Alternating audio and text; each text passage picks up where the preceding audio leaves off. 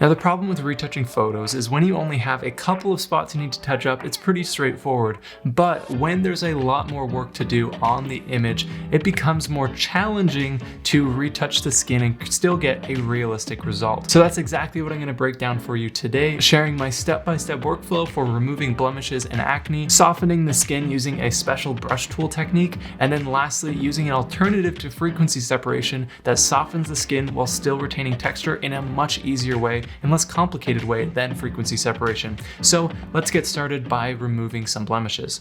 Now in this particular image, to start things off, I need to retouch all of the blemishes and acne on her face here. And there's a couple different tools to do that, but I'm gonna show you two options and why I prefer the second one. So the first option here, I'll just create a new layer and then go to my spot healing brush tool. With content aware selected, normal selected as well, and a relatively soft brush selected, I'm just gonna scale up this brush and then I can just paint over an area I want to remove.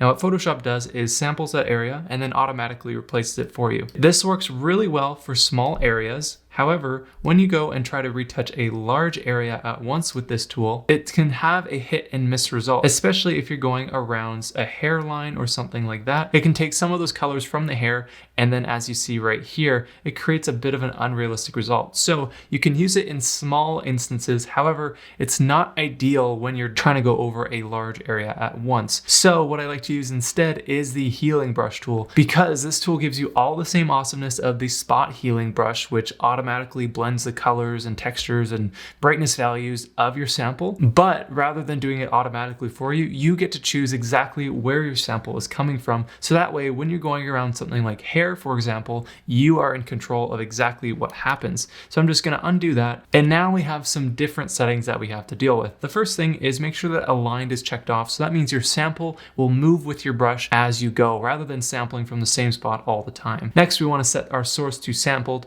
blend mode to normal, and then our sample set to all layers. Now, just like the clone stamp tool, you have to first set your sample location. So by holding Alt or Option, you see that little sample picker on my screen there. So I just click there to set my sample, and then I can go and paint over there. And where my brush is, which is the circle outline, that is painting whatever is underneath that little crosshair, that little plus icon there. So anywhere that I paint here, it's basically taking a sample from the crosshair and then going and replacing underneath my brush with that sample. So as you do this, you need to constantly resample. So I just like to keep my finger right on the Alt or Option button, and I'm just constantly resampling, trying to sample nice and close to the areas that I want to remove. You want to work in small batches rather than in large ones, because you want to set the sample as close to the location you're trying to remove. So for example, to remove this particular blemish, I wouldn't go and sample on her lip and then paint over here, because the color and brightness is totally different than what we see here. So instead, we'd want to sample over on her cheek nearby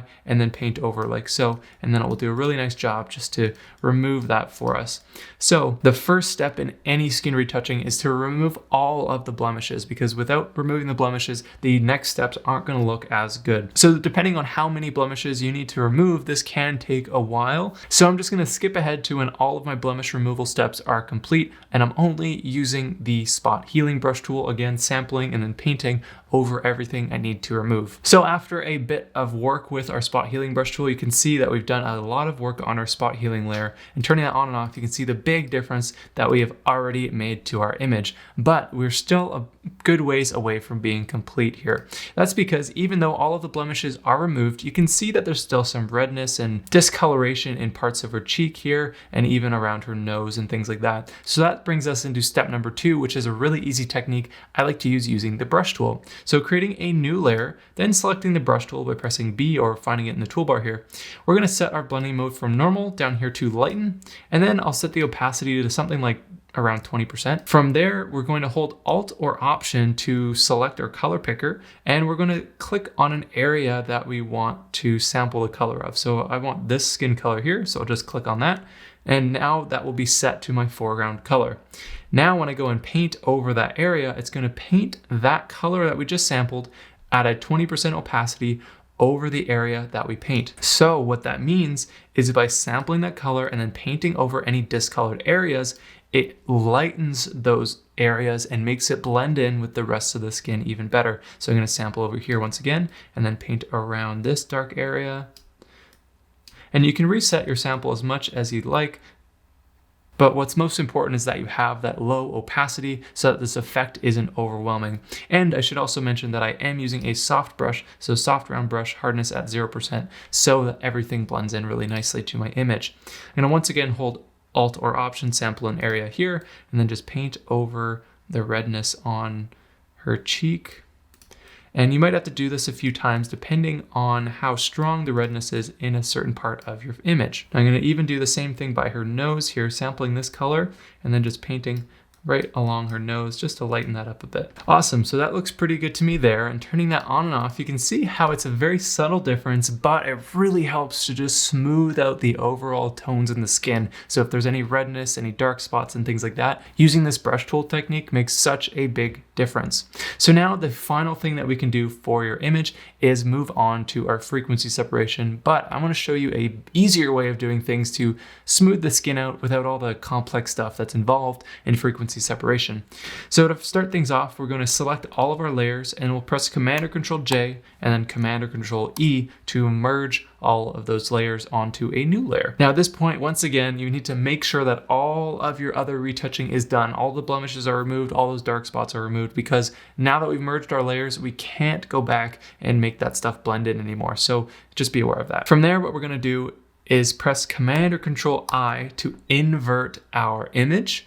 And then we're going to set our blending mode from normal down here to vivid light. From there, we'll go up to filter, other, and then high pass. And then we'll set this value to a point where you basically are just blurring out the skin enough to smooth any of the textures and the pores that are in the skin without going too overboard. Like this would be obviously way too overboard, but something that's more subtle, such as this in my example, will work good. Depending on your image, the number you put in here is going to change, so I'm not going to give you a specific value. Just play around with it and see what works. Clicking OK, we'll now go up to filter, blur, and Gaussian blur.